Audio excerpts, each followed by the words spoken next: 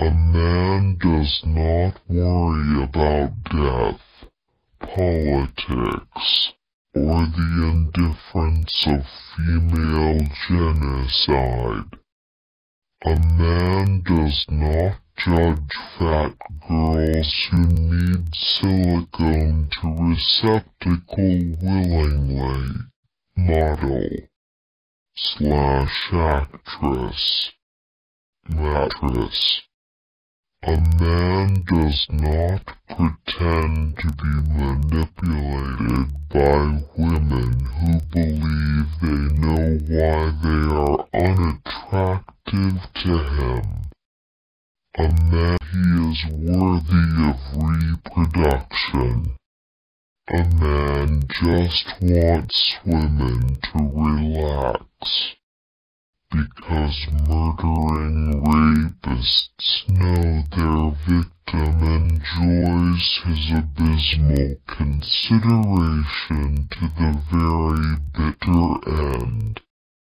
Does a man believe in the goddess, or just high-class prostitute mothers? Neo-drag. Singer Moxie Tumber screaming. The baddest motherfucker anyone remembered something about. While blacking out. Couldn't open the eyes, but my ears were being filled up. The sailor's mythical African Isle Maggie Gash Scar RRR.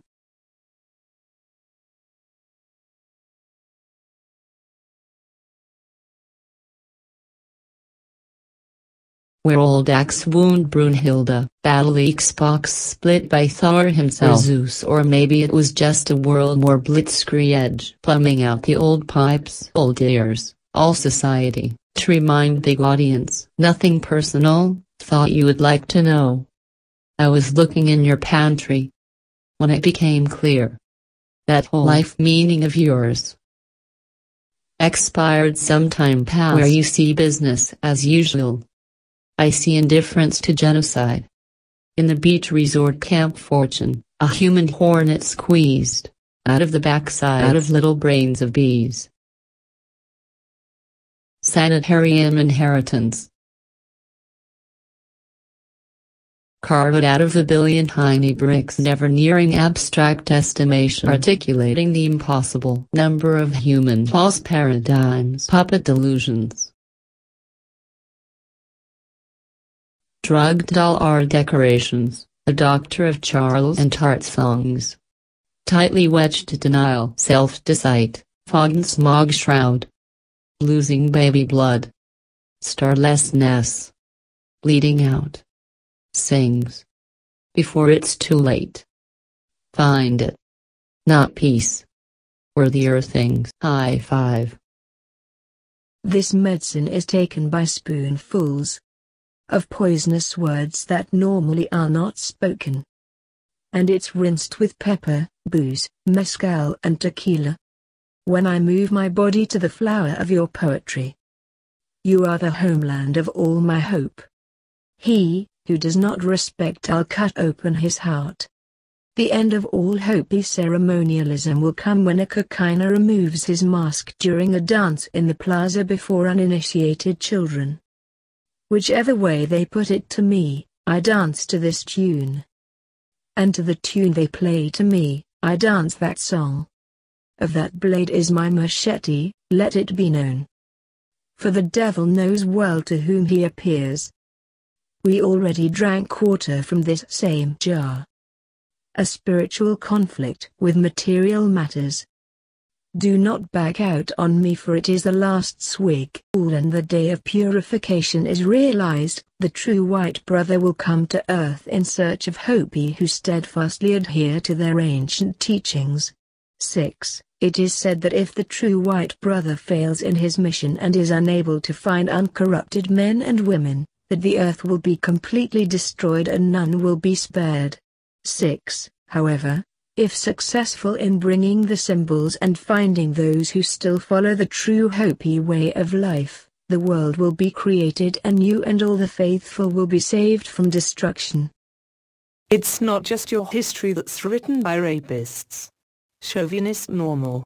Prize-winning indifference rapist. Everyone loves afraid to love. No need for awkward dangerous rejection. Indifference rapist is indifferent to being a rapist. Even if maybe you wanted it. You will not have to feel responsible for your indifference to love or your shameful cowardice in the tortured conclusion of needing it.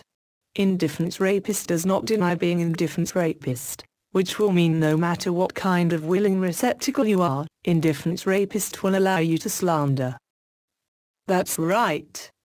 You'll have full reign to garner rape pity attention in order to find out who isn't totally disgusted by your complaining enough to actually perform pity coitus with you. Reverse some of the unforgivable criminal damage done to your psyche because of social tolerance to totally unsolicited abuse. Indifference rapist does not guarantee your cowardice will not be found out. Indifference rapist does not guarantee you will ever love yourself or anyone else as a result. But indifference rapist guarantees total cool kid indifference and originality, making a perfect decoy for everyone in the family. You're welcome. Dreaming is incredible. It's basically stories and images that our minds create while we sleep. Now, around 95% of the dream we remember when waking up is forgotten by the time we get out of bed. It's crazy because we all just get on with our day never thinking about it. It's thought during sleep our brains release a small amount of DMT, causing us to have visual and audible hallucinations that we call dreams. Of course, this is only a theory and has not been proven due to the lack of research and complexity of such an experiment. What makes this drug different though is not only the fact it's believed to be produced by humans and some animals, but the incredible similarities people have while self-medicating themselves with it. Rick Strassman conducted clinical studies of DMT inside the human body during the 1990s and hypothesized that it originated inside the brain, coming from a small gland about the size of a grain of rice called the pineal gland, also called the third eye by some. Now, although we know of this gland, we do not fully understand it. Terence McKenna, who was among other things a philosopher, lecturer and author, smoked DMT from 1967 to 1994 and compiled probably the best documentation of its effects. He said that after a few minutes of taking it, you enter what others call the dome. It's filled with strange machines and is throbbing with energy. What's strange is that this place, from McKenna's account, was inhabited by machine beings that always cheered him on his arrival. He said they would say, "Hooray, welcome, you're here." He would spend time there, then everything would collapse on itself and he and the beings would be pulled apart. They would wave goodbye, and one time he reported them all looking and saying, "Deja vu, deja vu." McKenna said that unlike other drugs, the DMT trips felt so real, like he was really there with those beings, but he has no clue what they were, saying that maybe they were entities in a parallel continuum, with DMT sending you over to their dimension. One story in particular is that a few friends all tried DMT together. When they came down from their experience, they all reported that they were sat on an operating table with alien beings looking over them, and all of them saw an alien being, what they thought was the leader, looking at them from the corner of the room. What's crazy is that they all described this being exactly the same. It seems everyone who has taken DMT is confident they are transported into an alien-like world, and there seems so much mystery surrounding it and its effects on the brain. It's believed to be produced in the brain, yet our minds are unable to comprehend it. So whether it's just another drug, or whether it's a way of taking us to another world, no one can be sure. Again, I am in no way condoning the use of DMT. It is, after all, one of the most illegal substances known to man and should not be experimented with in any way. I am only including it because the mysteries surrounding it are very interesting and fit well with the mysteries of the brain and dreaming. Reality. Prepare to get your mind blown because reality is hard to condense in words. But from scientists to philosophers, everyone has asked the question of what is reality. And the more we think about any sort of answer, the harder it becomes to comprehend. When trying to find out what reality is, scientists have been looking at the relationship between conscious and subconscious reality. Why do we breathe and blink subconsciously, yet other things we have to do consciously? And some studies have shown that maybe we don't even make any of our own decisions, that everything is mapped out for us. A study found that using brain scanners, researchers could predict how a person was going to act 7 seconds before the person knew that a decision had been made, suggesting that maybe consciousness is an illusion. There is a thought that if someone was wired up to electrodes that stimulated a part of the brain to mimic the impulses of their everyday life, they would see what was going on, but would that technically be real? Their brain wouldn't know any different, and it would seem like it was happening even if it wasn't. Now, with that, there are a few theories on what reality and consciousness is. The first is phenomenalism, which is based on subjective experience, meaning that whatever you observe is real to you. One thought is that things we cannot see simply vanish. Phenomenalists believe that things only exist once they are perceived. So the device you're watching this on and if a woman points to a pink ass elephant, there is no reason to express exasperation. Lucky for all of us, I came to accept the original sin of people gravely misunderstanding one another. In case I ever grew up to be a rebel with a cause, rebirth, and effect, calling it science. Or didn't anyone realize some work earns what no one can take away? Some people think I am sane. Once or twice, even. I've heard them say, very sane. I have even heard the most sane person they have ever met. Because when a culture has split as disastrously as ours has, nothing is accomplished. Muslim woman hating control freaks has been drummed into my ear, just so the spillage son of a soil tycoon whose great-grandfather once saw human suffering, and then taught the bastards he reared how to smell tons of money there. Who can rationalize a war so that I can sit here and never look pretty? Cork my fat ex-Jewish mouth as I suppress in fear the upright female citizen within from rising against a physical tsunami wall of indifference to female genocide. Or have I really done all this nothing to never get anywhere? Hard work never killed nobody, but I ain't taking no chances. I could not buy Bill Namo to take me on Fox and parade me as the affluence. There is no amount of money in the world redeemable for the shame of a woman making sense of the gender construct. Consequences of affluenza. Bill Nemo don't encourage women, but at least I was the lucky one who got to creep him out. This time.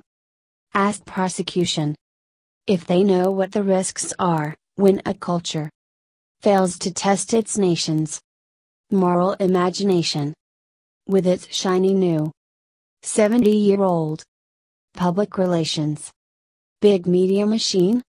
Because God put your names in the lotto. Say goodbye to everything beautiful. Every week in America, stupid little babies get possessed by the devil. Maybe you will be the next lucky one to learn your pure, clean child has perished. Hitler, Manson, and I are invalidated, prodigal youths, and so can you, and so can yours. Your war economy fails to assimilate struggling invalidated prodigal youths. Disney was also a Nazi, we do miss him. And the universe is not as chaotic as our attention to detail. Just when we think we know everything, a new part of the picture emerges. It is a big picture with lots of pieces. Or maybe just two. Tell prosecution that if they don't want to look like the biggest tampon plugs of indifference to genocide, talk of the water cooler in front of our jury. They will heed your forethought in warning them that the state should not have to take this to trial. Put it to me. I dance to this tune, and to the tune they play to me. I dance that song. Of that blade is my machete. let it be known.